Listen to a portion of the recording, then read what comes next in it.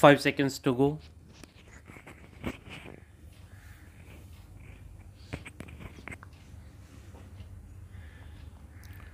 Start. Unfortunately, the agreement arrived at was not put into practice. I was in favor of joint consultations between the engineers of both sides.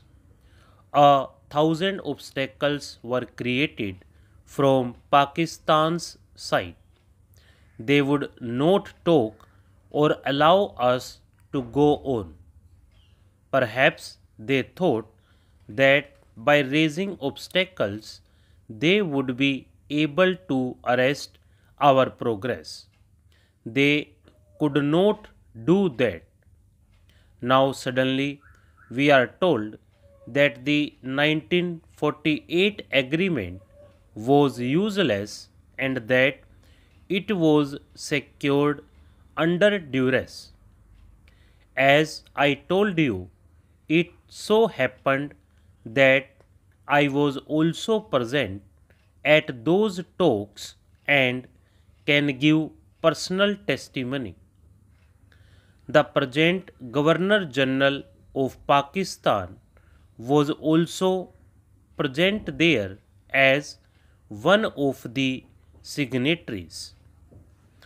I cannot understand how I or anybody else could coerce him into appending his signature. It is very undignified for countries to argue like small lawyers. Big countries do big things with big minds, whether it is peace or war.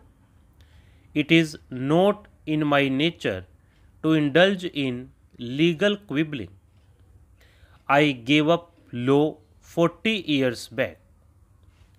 Spokesman of Pakistan said that they had denounced the 1948 agreement. An agreement between two parties cannot be cancelled by unilateral action, and so the dispute went on. Some people of the World Bank came here from America and talked with us and with Pakistan. They were prepared to mediate so that our engineers and Pakistani engineers might hold discussions with their help. This was what we had been saying from the very beginning, that our engineers and theirs should hold joint consultations because there was sufficient water for all. So we accepted the World Bank's proposal and said that we were ready if they could make them agree to joint consultations between the engineers.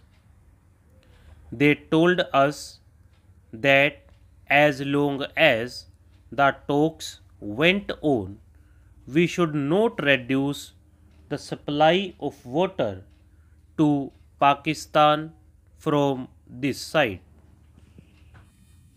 Please remember that the 1948 agreement with Pakistan, which I just mentioned, laid down that India had a right to reduce the supply of waters, but this was to be done gradually so that Pakistan might get time.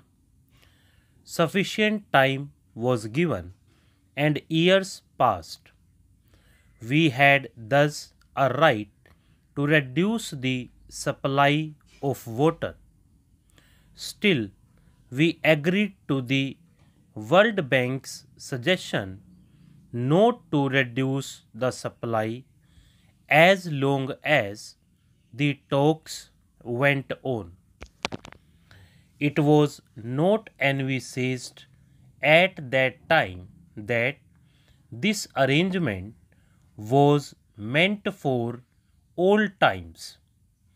We thought that the talks would go on for 5 or 6 months and would come to some conclusion. We hoped that the result would be helpful. So, taking everything into consideration, we accepted the suggestion for the duration of about 6 months.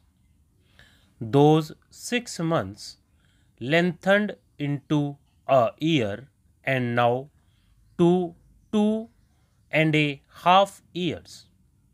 It is a strange situation. Talks which are held with Pakistan go on lengthening so much that there does not seem to be any end to them. I get sick of this. I want a decision this way or that. The World Bank people put forward a proposition of their own about 3 or 4 months ago. It is clear that they had no authority to force us. As mediators, they had merely a right to put forward a suggestion. It was for us to accept or reject it. They put forward a suggestion when they thought that our direct talks were not going to yield any result. Their scheme more or less provided for a division of the rivers of the Punjab. Pakistan was to take the waters of some rivers and we were to take the waters of some other rivers. That is, there was no doubt that we were to get all the waters of our side, but they laid a very great burden on us. We were asked to give financial aid to Pakistan so that she might construct new canals from other rivers to get more water. They did not clearly specify the amount, but they indicated a very large sum.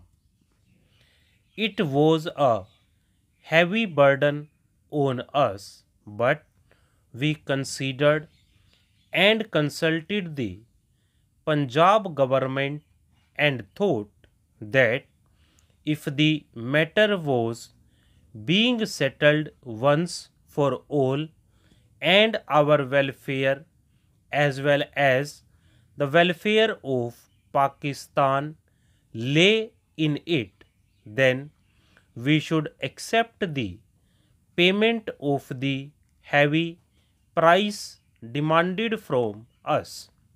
So, we wrote to the World Bank within a few days that we accepted the basic principle put forward by them, and though it imposed a very heavy burden on us, we were prepared to pay this price so that the matter might be settled peacefully and we could go on with our work in our country in peace. We said Pakistan would also benefit thereby. We thus accepted the proposal within a few days, but Pakistan did not give any reply, though weeks and months passed. We were very perturbed. Our representatives are still sitting in Washington, New York, and other cities of America for this purpose. Stop.